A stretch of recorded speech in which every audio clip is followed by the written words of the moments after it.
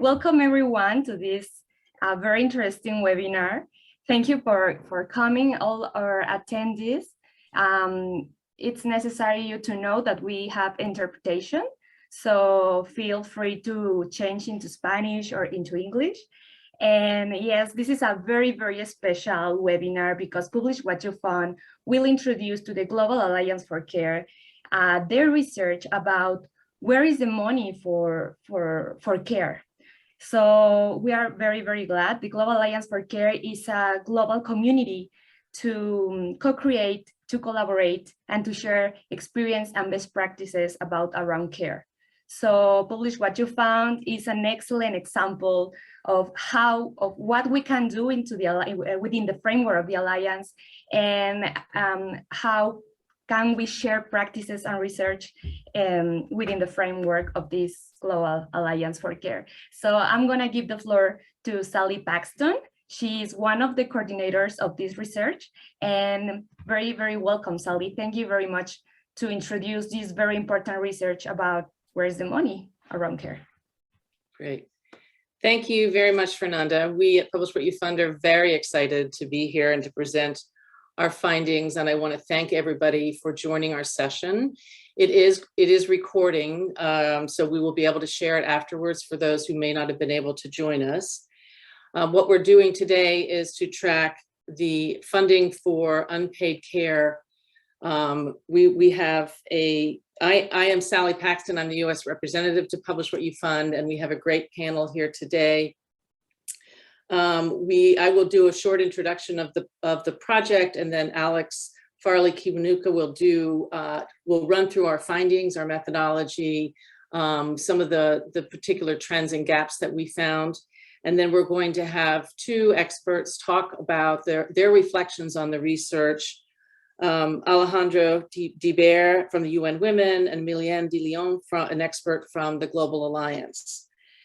After that, we want to give everybody an opportunity to ask their own questions, which you can do in the chat box. And just to remind everybody what Fernanda said, we do have interpretation at the bottom of your screen. You can pick either English or Spanish and stay with that throughout the course of the webinar. All right, so let's get started. Publish What You Fund is the global campaign for aid and development transparency. We really focus our work on improving the quality, the comprehensiveness, and the timeliness of data, especially on open source data. We use this data for research and analysis because we think good quality data can inform decision-making, advocacy, allocation of funding, and improve coordination among funders. And then we apply our knowledge of data to specific topics. So for example, we did a whole project on gender financing, who was funding gender projects. And we've now taken that to the next level to understand who is funding women's economic empowerment, including unpaid care, women's financial inclusion, and women's empowerment collectives.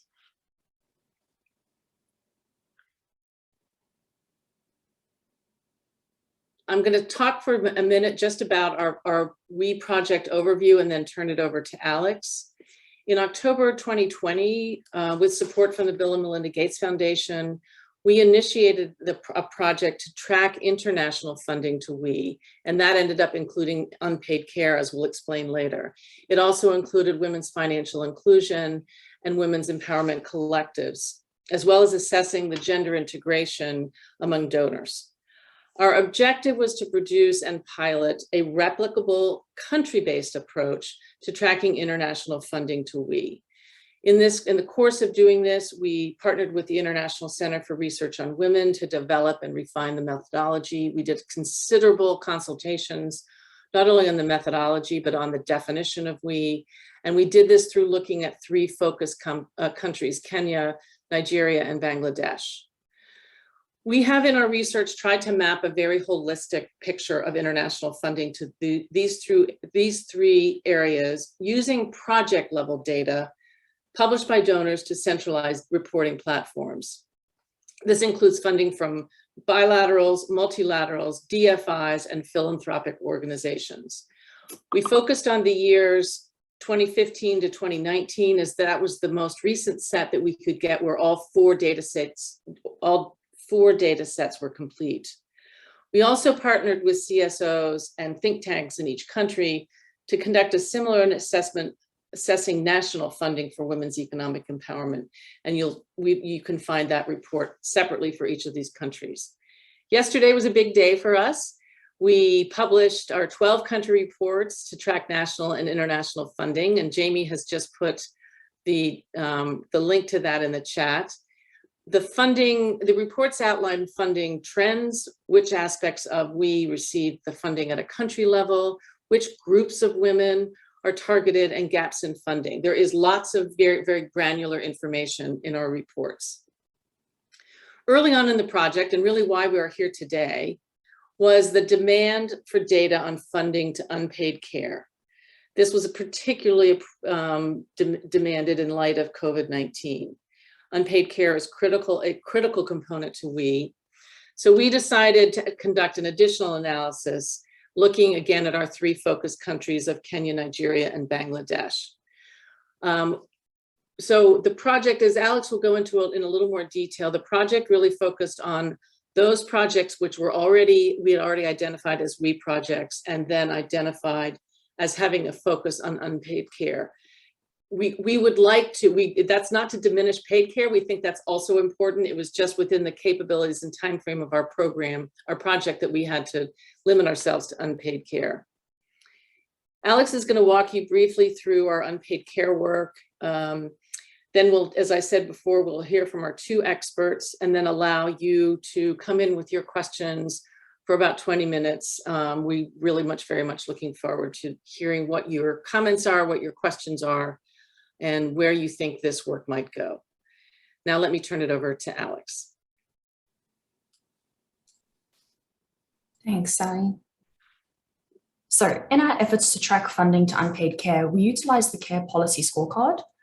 This scorecard was developed by a consortium of partners and published by Oxfam in September 2021. And the scorecard offers a critical tool for assessing country progress towards an enabling environment on care by measuring national policy progress in various sectors for both paid and unpaid care work. For those who aren't familiar with the tool, it groups policy areas and indicators into three main categories: paid care, unpaid care, and cross-sectoral policies for paid and unpaid care. We chose to focus our efforts on unpaid care and cross-sectoral policies, as Sally said, given the scope of what was possible within the study, but we do fully appreciate that understanding funding to paid care and the policy areas and indicators associated with that are also critical. In looking at unpaid care and cross-sectoral policies, we operationalized 6 of the scorecard's areas as displayed on the screen, as well as 23 of the indicators. The areas targeting unpaid care included care supporting physical infrastructure, care services, social protection benefits, and care supporting workplaces. The policy areas grouped under cross-sectoral policies included social norms interventions and data measurement frameworks and data collection. When it comes to applying this to actually tracking international funding, the first step was to determine the funding universe for women's economic empowerment. Given that unpaid care was not the original scope of the study, we decided to focus our efforts on which of the women's economic empowerment projects we identified also addressed unpaid care. We identified women's economic empowerments through the use of the OECD gender marker, as well as a series of gender search terms, and then we manually reviewed each of these projects using a set of guiding questions and indicators to determine if they were in fact women's economic empowerment projects. Once we had identified the women's economic empowerment funding universe, we were able to review the projects again, applying the lens of the Care Policy Scorecard to identify projects that also focused on addressing women and girls' unpaid care. In our review, we also tried to determine whether unpaid care projects that we identified had an explicit focus on unpaid care. So this is where a project explicitly mentioned unpaid care or reducing women and girls' time spent on care work as an explicit project objective or outcome. In the study, we looked at both grant and non-grant funding for women's economic empowerment and unpaid care. Non-grant funding is the term we use in our reports to include loans, guarantees, and equity. Given that we only found a handful of projects focused on non-grant funding to unpaid care, we're mostly presenting our grant funding findings in this presentation, but you can find more information on the non-grant funding in our reports. So our analysis revealed that in each Kenya, Nigeria, and Bangladesh, only 3% of women's economic empowerment projects targeted unpaid care, and even fewer did so explicitly. We identified 49 grant-funded women's economic empowerment projects that addressed unpaid care in Bangladesh. Only 2 of these explicitly focused on reducing unpaid care or reducing women and girls' time on household and domestic chores as a project objective or outcome. An example of such a project that we identified in Bangladesh was a Plan International funded project that focused on social norms. The project supported equal rights and opportunities for girls and young women through capacity development and policy influencing. The project aimed to challenge social norms and practices where girls and women were seen as unpaid helpers or where they were discouraged from seeking employment outside the home. In Kenya, we identified 81 women's economic empowerment projects that targeted unpaid care. This represented 0.6% of the total funding to Kenya between 2015 and 2019. 9 projects focused explicitly on unpaid care, and these donors included Global Green Grants Fund, RAIN Foundation, CEDA, Women First International, and the Hewlett Foundation. Only one of the 42 projects identified in in Nigeria explicitly targeted unpaid care and was also funded by Global Green Grants. As described in this project's information, the project aimed to provide support in the form of digging wells and purchasing water pipes and conducting training on hygiene and sanitation with the explicit aim of reducing the time spent by women fetching water for household consumption on a daily basis.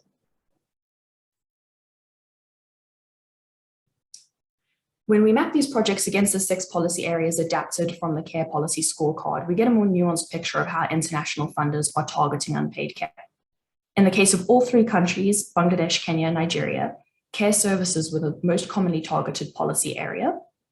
Care services includes early childhood education, public healthcare services, as well as care services for older people and people with additional needs. An example of a project that we identified in Bangladesh that sought to address unpaid care through care services established community daycare centers to provide supervision and childhood education with the explicit mention of saving time for parents. Social protection benefits related to care was the 2nd most commonly targeted area for both Bangladesh and Kenya. Social protection related benefits to care interventions provide a critical safety net, especially for vulnerable women and those living in poverty. Examples of projects that we identified in our review include projects that provided unconditional cash transfers for food assistance to women within the household, or projects that aim to provide school meals to save women the time spent preparing meals for school children.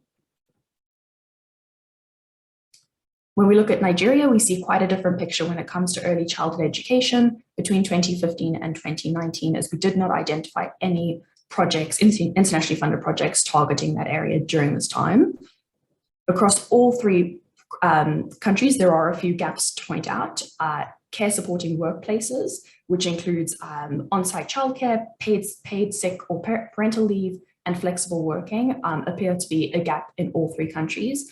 There also seems to be a lack of international support for projects that targeted measurement frameworks and data collection. And this, of course, includes time use surveys, which are critically important for understanding this area. The top 7 funders who addressed unpaid care through their women's economic empowerment programs represented 89% of the total funding aimed at unpaid care between 2015 and 2019. As you can see from here, Global Affairs Canada allocated the highest amount of funding, spanning 7 projects. Other funders included BMZ, the Federal Ministry for Economic Cooperation and Development of Germany, and the European Commission and CEDA. Looking beyond funding amounts, these visuals give us a good sense of which policy areas are supported by funders through their women's economic empowerment projects. And with this, we again see the focus on on care services. We see Global Affairs Canada feature as a top funder in all 3 countries. We did identify several cases in which donors were supporting more than one policy objective for reducing unpaid care. In the case of Global Affairs Canada and DFAT, the Australian Department for Foreign Affairs and Trade, we can see that both funded projects that targeted care services as well as social protection related to care. When it comes to understanding who was implementing unpaid care projects in these three countries, data limitations did come into play. More consistent reporting by international funders would really strengthen our ability to analyze and understand who is implementing such projects on a country level. We did try to understand what funding was being implemented by governments in each of these countries. We were able to estimate that 24% of unpaid care funding went directly to the government of Bangladesh when looking at that data. This was for a single project funded by Global Affairs Canada and implemented by the government of Bangladesh that addressed early childhood education and care services for children with a disability. That's compared to 7% to the Nigerian government, and we did not identify any grant funding to the Kenyan government, but 6% of non-grant funding was cited as going to the Kenyan government as an implementer. Throughout our efforts to track funding in this project, we paid particular attention to trying to understand which groups of women are being specified in donors' programmatic information.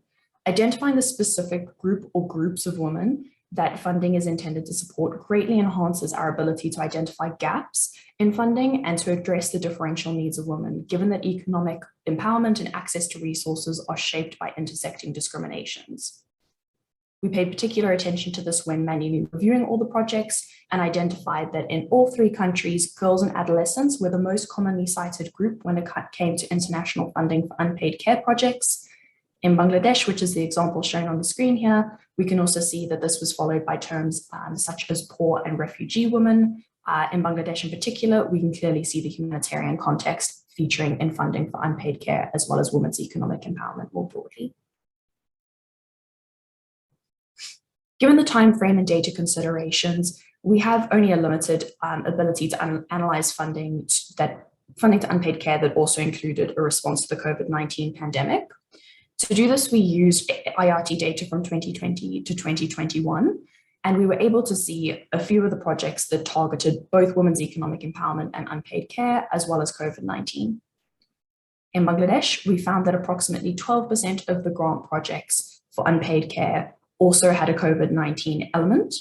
In Kenya, however, this was less than 1%, while we did not identify any projects that targeted unpaid care as well as COVID-19 responses in Nigeria. Thank you, Sally. I will hand it back to you.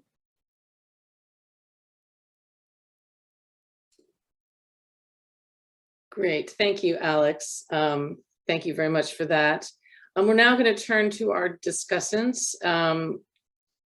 Emilian, if you'd like to start. We have talked about some of the questions that you might want to discuss, kind of reflecting on what kind of use that stakeholders can make of this evidence. Reflections on kind of the funding, where the funding is going into what policy areas, and what are the gaps and how those might be addressed. And then I think finally an important question that I would love to hear from you and particularly the rest of the audience is, what is the role for national governments versus international donors? Who should be taking the lead, and what is the role, how can donors best support national agendas? So I'll turn it over to you now, Emilian, and then we'll go to Alejandra. Thank you so much, Sally, and thank you for this presentation. It's so interesting, the results of this research, and so important and relevant coming at this moment. You know, we need to know how to better invest on care. And I remember when I was in Semillas and then in Prospera, the International Network Women's Funds, that this research around where is the money for women's rights was done by AWID, and it's an advocacy tool that can help to bring more resources into the field you are investigating. So it is very evident that there's such a little bit amount of money going through care, unpaid care, that it's needed to make an effort to visualize what is going on and how this can be promoted or increase this amount of funding. it is good to know that the bilateral agencies are working with these three countries. I guess they might be working with other countries in the future, but it is good that we have these three examples. And I noticed that it is mostly for childcare and education that it is the investment going. So I think more of these should be done. I would say the focus from the international aid should go more on the change of norms. And in the change of norms, also the promotion of legislations within the countries. So the public budget of governments could be also addressed to this issue. No? So that's one of the things I would like to, it's coming a little bit to your last question. I think this is, care is an issue, it's a responsibility of the state, of each of the governments. So the way the budget is defined should be taking in account care, not only care as a child care, education, but also its health. It's also economic empowerment for women. It's many other things, including environment. But I understand that people are investing in childcare and education, which is good. We are investing in our today, but in our future also.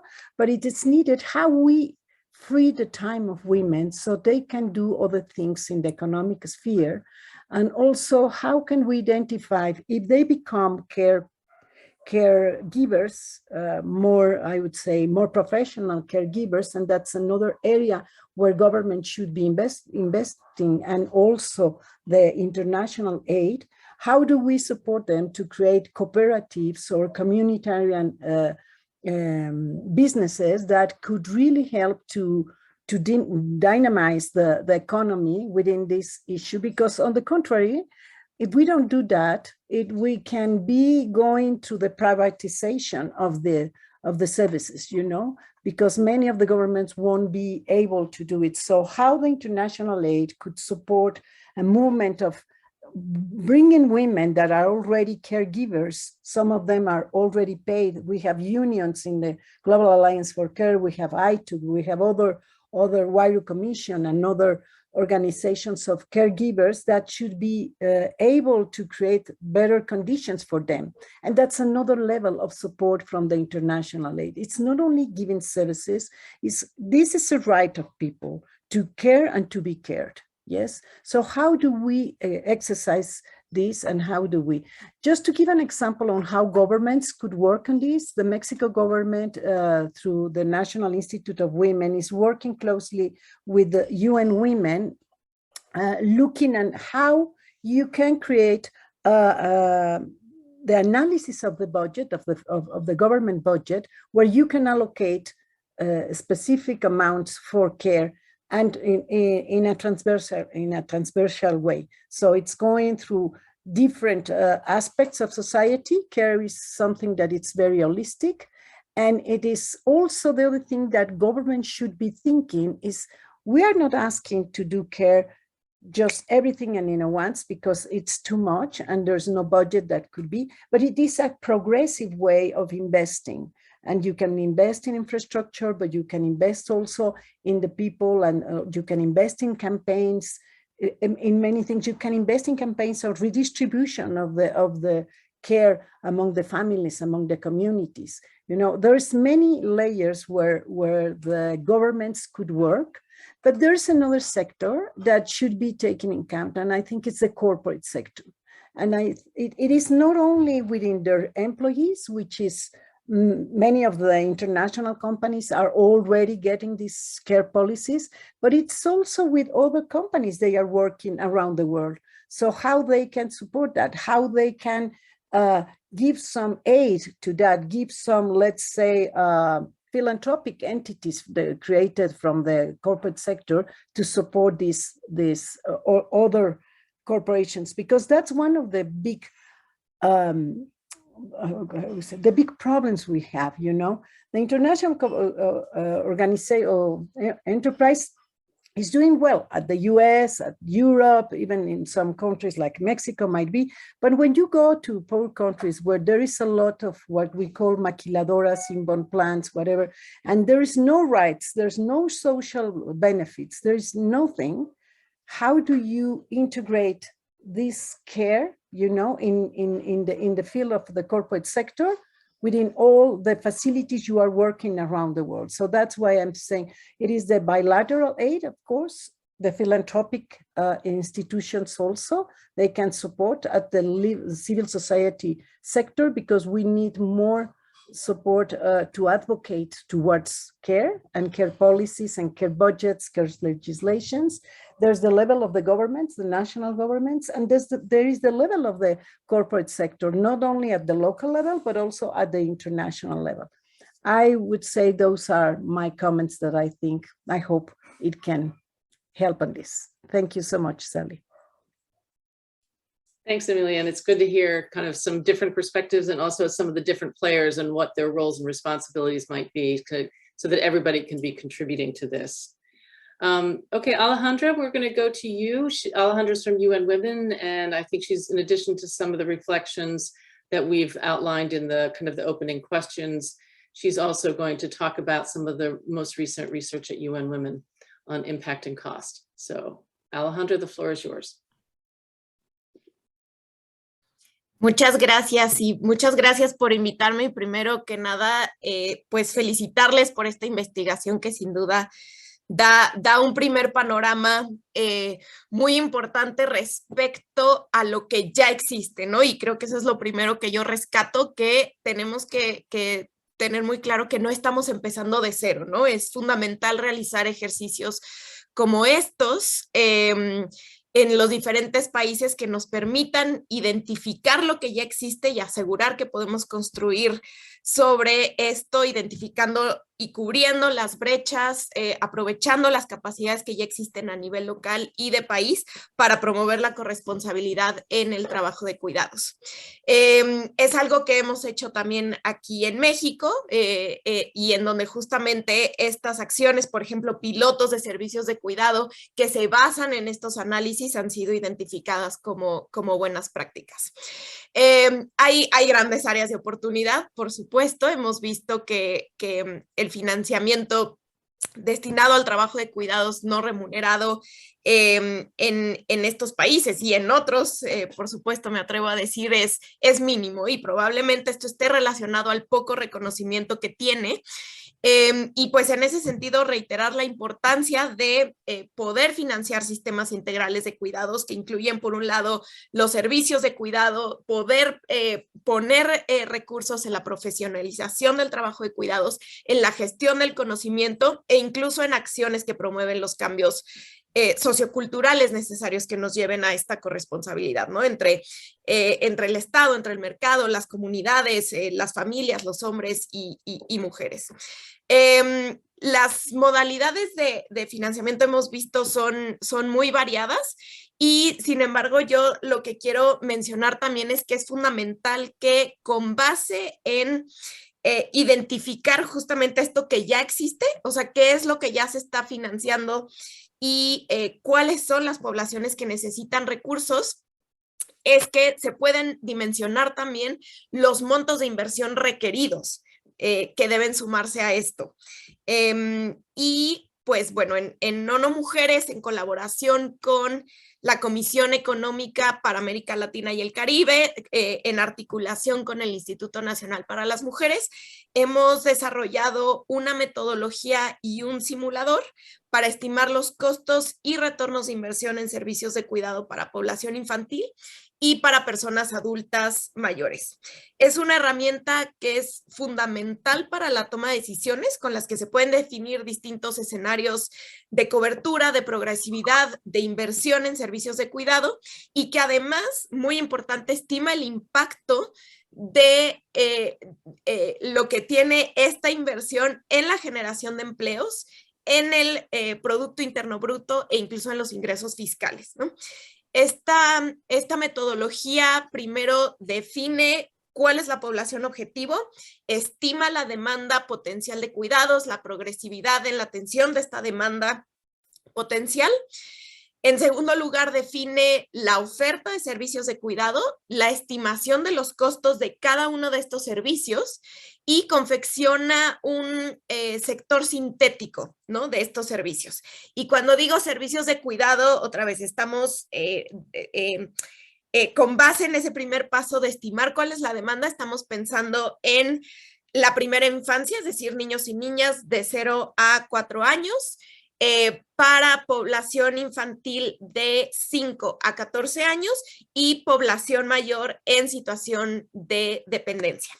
Y estos servicios pueden ser, por ejemplo, pues desde estancias infantiles, el horario escolar extendido para la educación primaria. Podemos pensar también en centros de larga estadía, en centros de día, en asistentes personales, incluso en servicios de teleasistencia, por ejemplo. Y bueno, ya teniendo esto identificado, en tercer lugar, permite estimar cuáles son los costos totales de alcanzar una cobertura universal. Este simulador puede, como decía al inicio, simular diversos escenarios prospectivos de cuál sería el impacto en la generación, de empleos directos e indirectos, en el PIB, o sea, cuál sería el crecimiento del PIB por esto y los ingresos fiscales. Y finalmente también permite hacer una simulación respecto a la oferta y la demanda de puestos laborales para las mujeres. O sea, es decir, no nada más para mujeres que pueden profesionalizar el trabajo de cuidados y entrar al mercado laboral formal por eso, sino también por el tiempo que se libera y que entonces permite que puedan entrar a este mercado formal en otros sectores. Esta metodología permite pues jugar con diversos parámetros de calidad en estos servicios y por supuesto de eso también, esto también tiene un impacto en la inversión. Parámetros de calidad me refiero, por ejemplo, a el tipo de personal necesario por servicio, a cuántas personas atiende una sola persona, el horario de funcionamiento, cuáles son los costos salariales, la infraestructura que se necesita. Y esta metodología se ha aplicado en México. Hemos hecho, como les mencionaba, son escenarios, ¿no? Pueden ser distintas variables con las que podemos jugar y dar diferentes resultados, pero para darles un ejemplo, la población mayor de 60 años en México asciende alrededor a 14 millones de personas, de las cuales 3.1 millones se encuentran en situación de dependencia. Se estima que para el 2025 esto aumentará en 19%. Para esto hemos identificado que un despliegue progresivo de servicios de cuidado que inicie con la atención de 680,000 personas y avance año con año en la cobertura, por edades, por nivel de dependencia, requiere inicialmente una inversión del 0.11% del PIB y genera 207,000 empleos. Ya si consideramos la recaudación fiscal potencial y el impacto que tiene en el empleo, la brecha de financiamiento se reduce al 0.09% del PIB en ese primer año. Para el quinto año, los costos de esos servicios equivaldrían al 0.46% del PIB, con una brecha de financiamiento únicamente del 0.39%, cubriendo a 2 millones de personas y generando 819,000 empleos. O sea, es decir, esta es una propuesta metodológica innovadora que nos puede...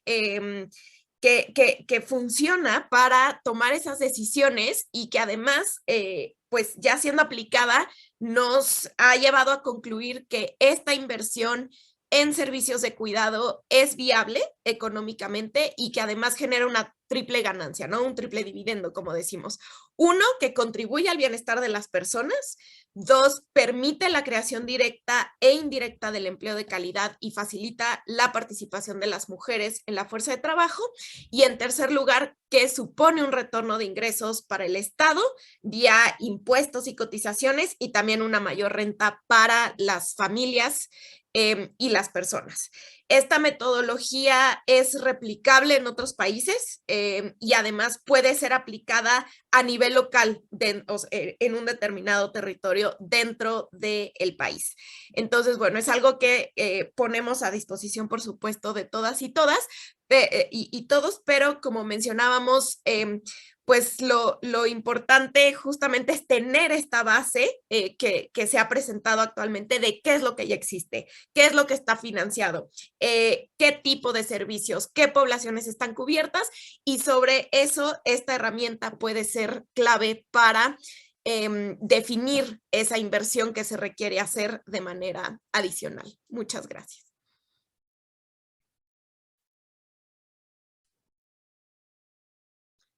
Thank you, Alejandro. Just a follow-up question to make sure this is obviously a very in-depth, complete, well thought out methodology. I'm wondering, certainly in the application that you did in Mexico, were you able to identify particular areas of interventions or funding that was particularly catalytic? I mean, things that showed that an investment here really pays off. Are there any examples like that that you can provide?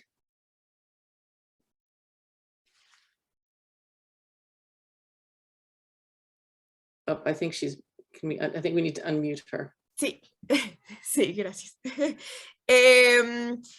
Sí, o sea, es justamente, digamos, lo que arroja esta metodología es justamente, bueno, nos permite jugar con las diferentes variables, como mencionaba en un inicio, ¿no? Entonces, ya tomando decisiones de política clave respecto a cuál es la prioridad, ¿no? Es decir, qué población vas a cubrir primero, qué tipo de servicio vas a dar, con qué calidad, etcétera. Entonces permite identificar cuál es el monto de inversión que se requiere, pero luego sobre todo o sea, es decir, ¿no? Permite tener diferentes escenarios, ¿no? Entonces te permite identificar cuál es el retorno en empleos y en ingresos fiscales que vas a tener si inviertes en determinado tipo de servicio tal cantidad. Pero puedes también jugar con otro escenario y decir, bueno, pero si no invierto aquí y mejor pongo mi dinero primero en este otro tipo de servicio, entonces el retorno es mayor, ¿no? O sea, es decir, sí permite identificar esos retornos en empleo y en el ingreso fiscal, que pues es lo que queremos demostrar, ¿no? Que es importantísimo y que realmente tiene esa inversión, pero además después esa inversión, pues digamos, aunque digamos, lo que estamos promoviendo es que hay una solidaridad en el financiamiento, ¿no? O sea, es decir, que se pueda cubrir por inversión pública, pero también, pues, como decía Emilien, es importante también considerar cuál es el rol del sector privado en se pueden considerar seguros, se pueden considerar fondos con distintas aportaciones, o sea, es decir, las modalidades son muy distintas y como decía también esto se puede aterrizar a nivel local, ¿no? Y tener distintos mecanismos para ese financiamiento. Great, thank you. Emilian, I see your hand is up, so I'm going to give you the floor, and then just as a fair warning to Alex, there are a couple of questions from Virginia at Ipsos that I'm going to turn to her for. Yes. So Emilian, go ahead.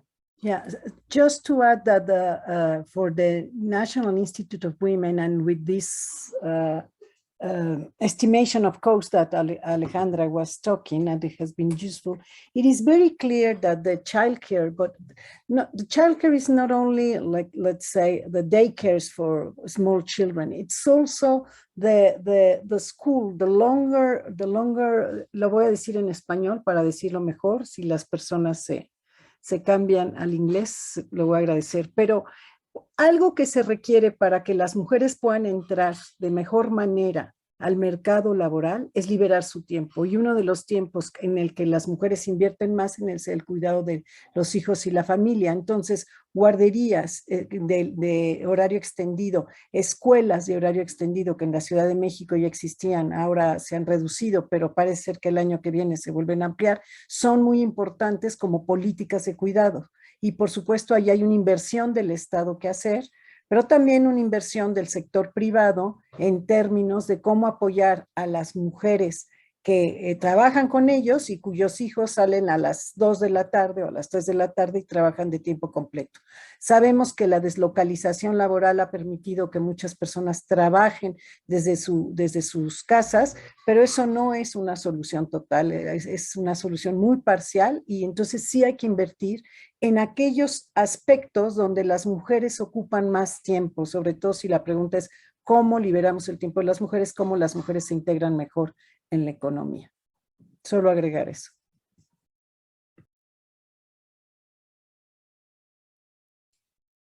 Great, thank you, Emilian. Alex, I'm going to turn to you and ask you to address Virginia's 2 questions, but also, I mean, in the course of doing our tracking, we did not track private support. So I just, maybe if you want to kind of review what was included in our international and national tracking. Yeah, absolutely. Thank you. I'll start there. So in terms of the funding that we looked at, we tracked funding, project level funding from bilateral, multilateral, development finance institutions, and philanthropic organizations. And then we did try and look at the different funding instruments that were used. So as I mentioned, we tried to distinguish, and we break our reports down by this, where we look at what was grant funding or what we classify as non-grant funding, which is more loans, guarantees, and equity. So that's what we included in terms of the types of funding. But to answer Virginia's questions, as to whether the projects are still ongoing or have they ended, it's actually a bit of a mixture. So many of those projects would have ended, given that our time frame was 2015 to 2019, and that's because of that being the most complete set of data we have across the 4 data sources we used for this project. However, there were multiple year projects that potentially would have still been included or would still be running now. In terms of sustainability plans, I actually just had our team do a quick search of the data again, and we did not identify any projects that looked at unpaid care that had a sustainability plan in relation to livelihood programs. We did find them in relation to projects that addressed water and sanitation and were having an indirect impact on unpaid care through that. Thanks, Sally. Great, thanks, Alex. There's another question from Sandy Schillen in the chat, in the Q&A, about the importance of funding and organizing unpaid grassroots caregivers. I think there's probably can we track that question, as well as how should we support those workers? So Alex, I'm going to go back to you in terms of the ability to kind of identify who funders are supporting, the groups of people that they're intending to support. But I think it's also a question of advocacy about how we can enable more of this advocacy. Yeah, absolutely.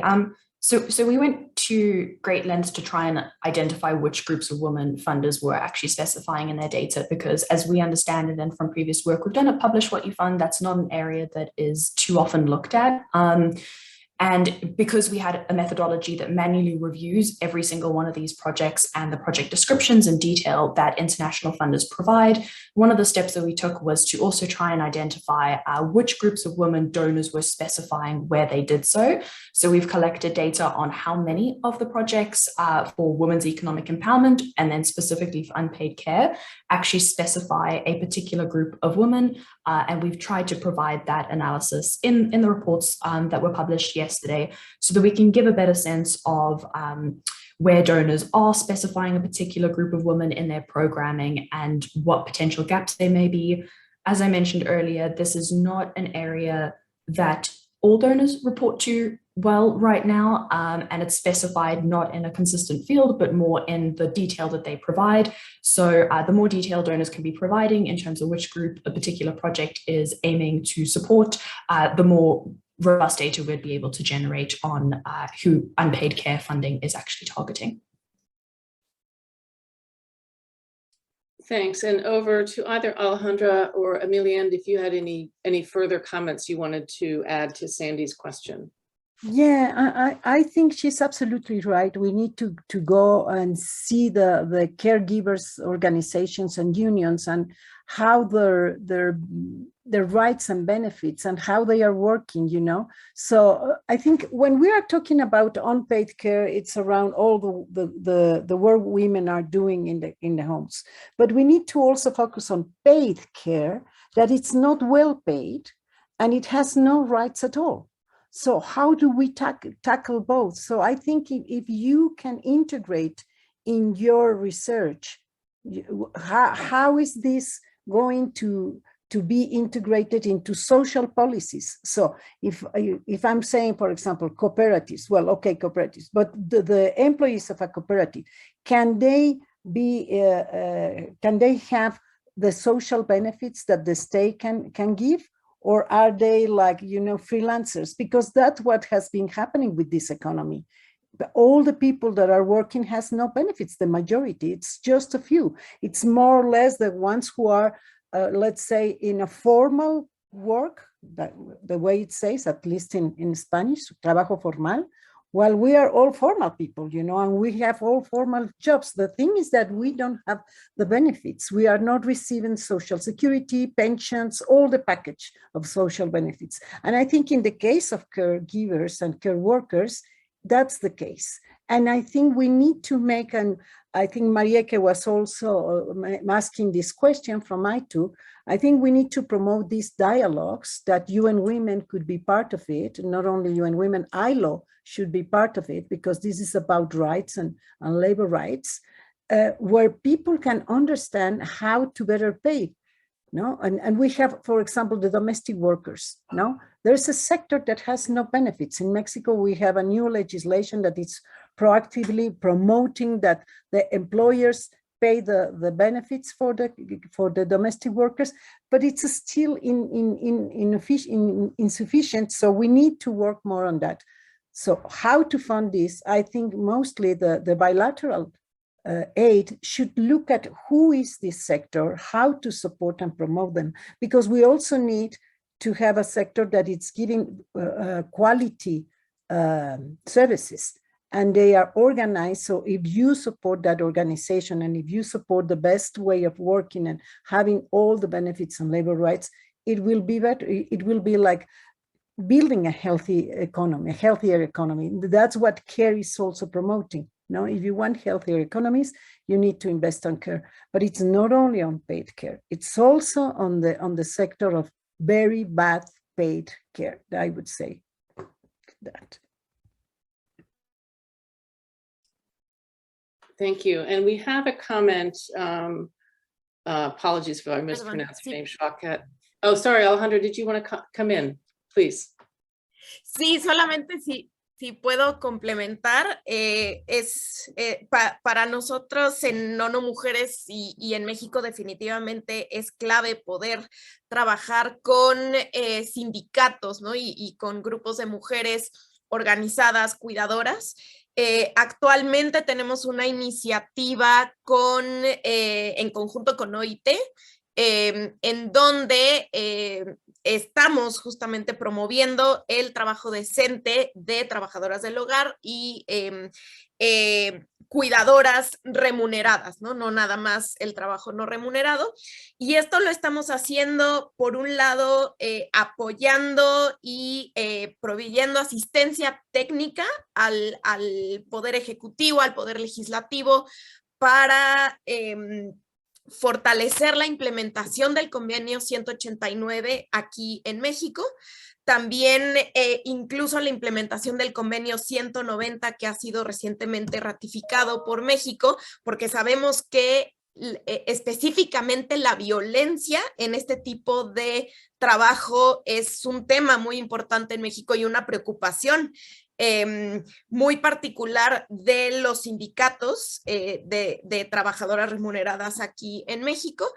También hemos estado apoyando el fortalecimiento de estos mismos sindicatos, fortalecimiento de manera muy amplia, ¿no? O sea, dependiendo cuáles son las distintas necesidades que existen y bueno, ha sido un trabajo que también se ha hecho muy de la mano con las diferentes autoridades a nivel local, a nivel estatal, que permitan también pues ir haciendo este cambio de bueno, incrementando el conocimiento respecto a cuáles son las condiciones que se tendrían que estar fortaleciendo, además de, como decía, este cambio sociocultural, ¿no?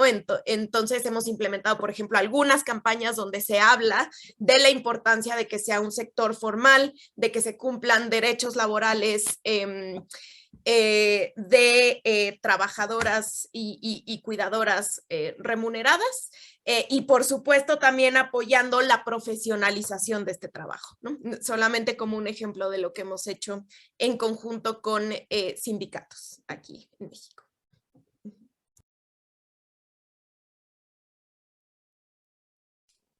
Emilian, and then I'm going to move on to the next comment in the chat box. Sorry, just want to add around caregivers and the unions of caregivers that are part already of the Global Alliance for Care.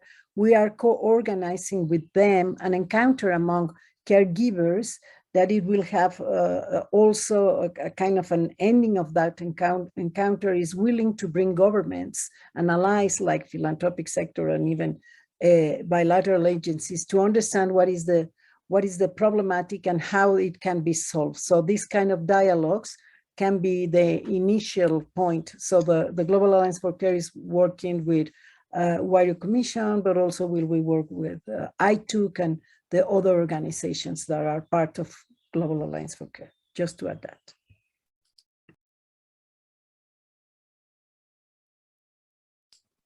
Thank you very much. I just wanted to also address the comment in the chat box about unpaid care work is not yet recognized in Bangladesh, and also noting the absence of measurement tools. And I think that is something that we specifically looked at in our research. And Alex, you might want to comment on it, but I remember looking at kind of, as we divided up kind of where was the money going for various parts of care, the measurement tools and the time studies were very infrequently funded, which means we don't really ever get a baseline and we don't have a basis for measuring progress. So to me, that strikes me as, maybe I'm stepping outside of my bounds as a moderator, but an area that actually international donors would be well suited to fund that kind of work. Alex, I'm going to turn it over to you to say anything more about that, but also I think we want to close a little bit on to what extent is there impact data, because there has been, you know, I think that was a problem for us in terms of finding catalytic investments. So I'd like to turn it over to Alex and then see Alejandro and Emilian if you have anything else to add on that, and then we'll close with a few comments. Thanks, Sally. You mostly covered it in your reaction, but yes, I think one of the great things with the Care Policy Scorecard is it does have that focus on data collection and measurement tools, and we adapted that to make sure we were looking at those indicators when trying to track international funding. And it's exactly as Sally said, you know, in the 3 countries we looked at during that time frame, we found little to no support for projects that actually we're looking at measurement tools or data collection, very little around time use surveys, which there's a lot of literature around how critical all of those are for monitoring care work. I'm glad you brought up impact data, Sally. It is something that is very important to understanding the impact of all of these investments into unpaid care and how the progress that we're actually seeing. It is an area that is quite difficult for us to understand looking at the data that international funders report to centralized databases at this point in time. It's There are some that do make assessments available, impact evaluations available. However, there is quite a lot of gaps in reporting. So it is something that we did not look at as part of this study, but it is a really critical area for there to be more consistent and timely reporting around.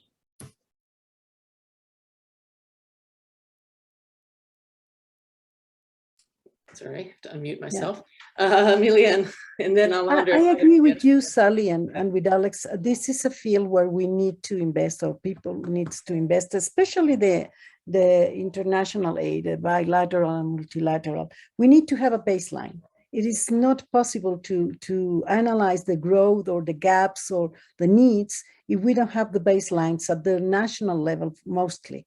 That's what we need. You have just made 3 cases, but it will be needed a lot of cases. There will be countries that are already doing a lot of this. And I would say Mexico is doing a lot of this information, but it will be good to select these kind of governments that are already working and having this baseline that could support you also on understanding what are the indicators that they are following up to build this baseline, and then move to others that it's needed to analyze. So it will be great if within a year you could, well, it's too early, but within the next 2 years, you could have a baseline on most of the countries that we are still seeing a lack of understanding of what does it means care policies.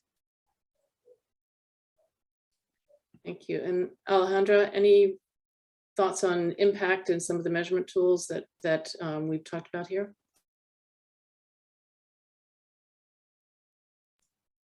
Pues creo que yo reitero lo que Emilian ya mencionó. Es fundamental contar con información respecto a el uso del tiempo, cómo están usando el tiempo las mujeres comparado contra los hombres y respecto a este trabajo de cuidados, porque es sobre eso que tenemos que tomar las decisiones, ¿no? Y es lo que nos va a dar la evidencia y la información necesaria para tomar decisiones de política correctas. Creo que eso sería lo principal para no repetir lo que han dicho.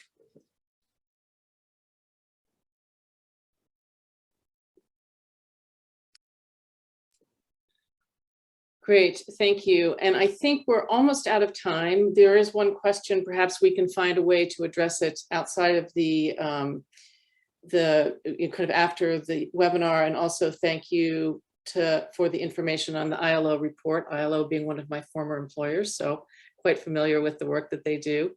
I want to thank everybody for coming. I want to thank our experts and presenters for this discussion. Our hope is that this is a methodology and some evidence that we have developed in the course of doing our WE work that we think is really a conversation starter. I think, as Alejandra pointed out, there are other methodologies at work, and I think we want to make sure that we are feeding into the conversation and allow this very important topic to continue. We do think that this is an approach that can be expanded to include unpaid care work. As we said in the beginning, this really came out of work we were doing on WE, and because there was such a demand for information about unpaid care, we put that into our project as kind of a retrofitted it into our project. But we do think that understanding the tracking of paid care work is equally as important. We also want to take our work beyond just the bucket of WE projects that we identified. I mean, that was what we had to work with within our time constraints, but we do think that there is broader work that can be done. We also think that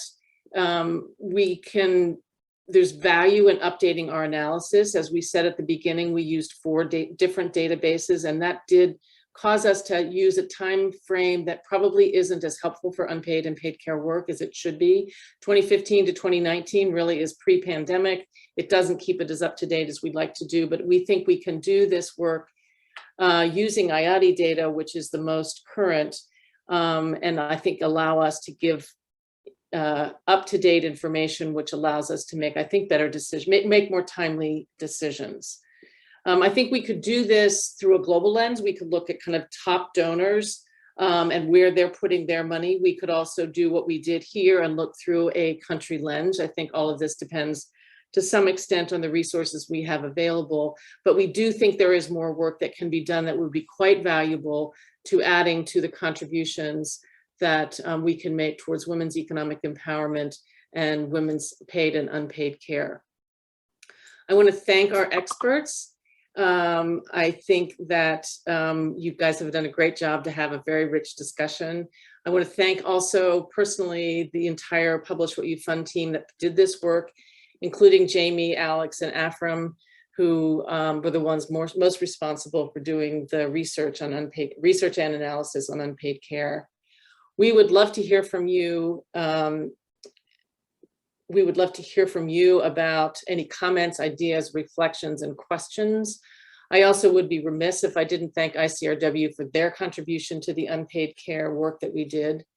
We have put our emails up there. We'd like to hear from you if there's any other information or questions or comments or discussions that you want to have. Please do make sure you reach out and set up a time, and we'd be happy to chat with you. So with that, I'd like to say again, thank you to everyone for coming. And I think this concludes our webinar.